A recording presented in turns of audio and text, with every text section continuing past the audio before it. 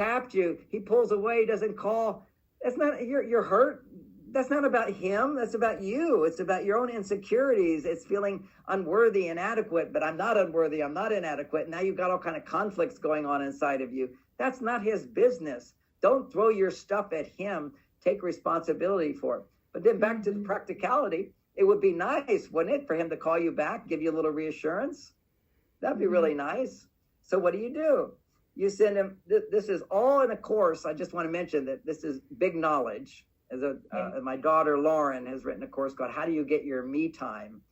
And because if you want a man to come back to you, you can't be sitting there waiting for him. You have to be a feel-good woman. You have to be happy, so you're not dependent on a man ever to be happy. Hurt is, I depend on you and you're not here for me, so I'm hurting, as opposed to I'm happy and fulfilled and you have the power to make me happier.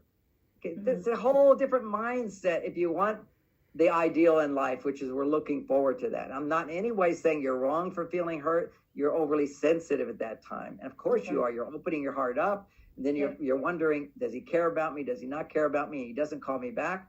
First thing to know is this is a natural tendency for men to pull away and spring back, but you don't want to lose him. So what you do, you do text messages. This is such a great thing in the world. One she calls this is Lauren in her courses. She's brilliant. One is called, and that's called at marsvenus.com. You can check out her stuff. She is amazing. But she says they're SOS messages.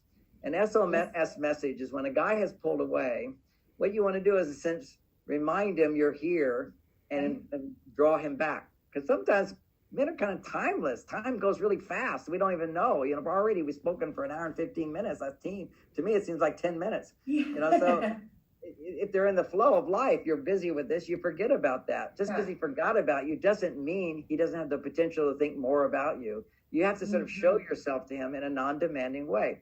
So an SOS message is a short little email text where you ask him a question or you ask him to do something for you.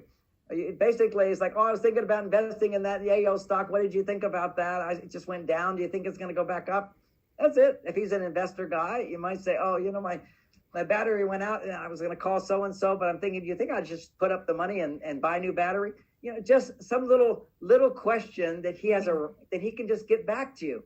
You're just giving him the message that you're still open to him. He's not punished for not calling you at the day after, or a week later, or 2 weeks later, or 3 months later even. You can always send an SOS 3 months later.